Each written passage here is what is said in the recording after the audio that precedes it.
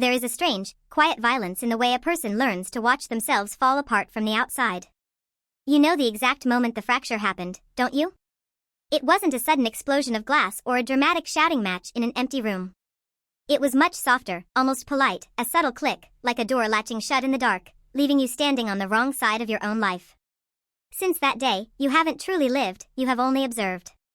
You have become an eternal archivist of your own regrets, sitting in the cold theater of your mind, watching the reruns of mistakes you can no longer edit, wondering how the protagonist of your story became a stranger you no longer recognize. We rarely talk about the specific agony of self-observation, the curse of being cursed with too much self-awareness. Most people assume that understanding your flaws is the first step toward grace, but they never warn you about the paralysis that follows when you analyze every choice until it turns to dust. You remember the fork in the road as if it were yesterday. You see yourself standing there, hesitation pooling like heavy water at your feet, and you chose the wrong path. It wasn't even a grand, cinematic catastrophe, it was a quiet compromise, a cowardly concession, a moment where fear whispered in your ear and you nodded back. Now, years later, you are paying the compound interest on a single second of weakness. Every time something goes wrong, the inner critic wakes up, sharpening its knives, replaying that exact memory with agonizing clarity.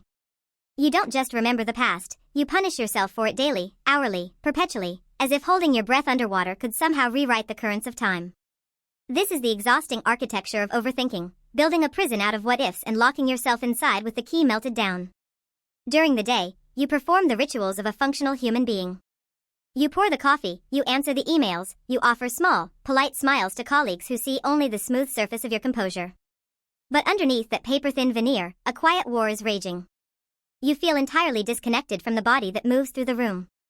Your hands type, your lips speak, but your soul is hovering somewhere near the ceiling, looking down with a mixture of pity and contempt at the exhaustion written across your face. It is a profound, echoing loneliness, the kind that cannot be cured by company or crowded rooms, because the most terrifying place on earth is trapped inside your own head, listening to the relentless hum of second-guessing. You look in the mirror while brushing your teeth at night, and for a fleeting, terrifying second, you don't see a person, you see a ghost haunting its own skeleton. The eyes looking back at you are tired, haunted by the ghost of the person you were supposed to be before compromise eroded your edges. You replay conversations from 3 years ago in the shower, tweaking your sentences, imagining how different your reality would be if you had simply grown a backbone, if you had walked away, if you had stayed. The irony is staggering, you are exhausting your present energy to fight a war that was lost in the past. Your mind treats old memories like open wounds, prodding them over and over again under the illusion that pain equals penance. You believe that if you suffer enough through rumination, you might somehow earn absolution. Yet, morning after morning, the sun rises with indifferent cruelty, casting light on the same quiet despair. You feel like an imposter in your own skin, renting space in a life designed by your worst impulses. Friends tell you to let go, to forgive yourself, to look on the bright side, toxic platitudes thrown like paper lifesavers into an ocean of quicksand. They do not understand that the guilt has become your primary identity. Without the dervish of self-blame spinning in your chest, you fear there would be nothing left of you at all, just an empty shell where a person used to be. And so the cycle deepens, pulling you further into the undertow of your own mind. You catch yourself zoning out mid-sentence, drifting back into the labyrinth of past missteps while the world moves on without you. You miss birthdays, anniversaries, and the simple warmth of the present moment because your hands are too full holding on to the wreckage of yesterday. The tragedy is not just that you made a mistake, everyone makes mistakes, it is that you have refused to grant yourself the mercy of being human. You hold yourself to an impossible standard of absolute perfection, punishing your past self with the wisdom your present self only acquired too late. It is a cruel paradox, you use the very lessons bought with your suffering to beat yourself into submission.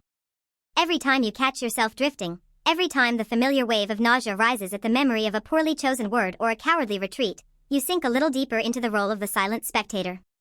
You are the judge, the jury, and the executioner, locked in a permanent tribunal where you are always found guilty. Perhaps the most terrifying realization is that nobody is coming to save you from this internal theater. There is no grand epiphany waiting at the end of the tunnel, no sudden burst of blinding light that will instantly dissolve years of accumulated shame. The damage is real, the choices were yours, and the clock cannot be turned back.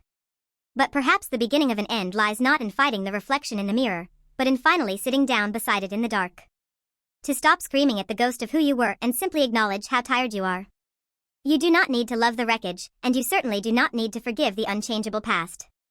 But you can stop standing outside your own life, peering through the frosty window at a warmth you convinced yourself you no longer deserve. The glass was never locked, you were simply too afraid to step back inside the room. You are the architect of the cage, and the only prisoner who refuses to leave. The past is a ghost that only has power because you keep setting a place for it at the table.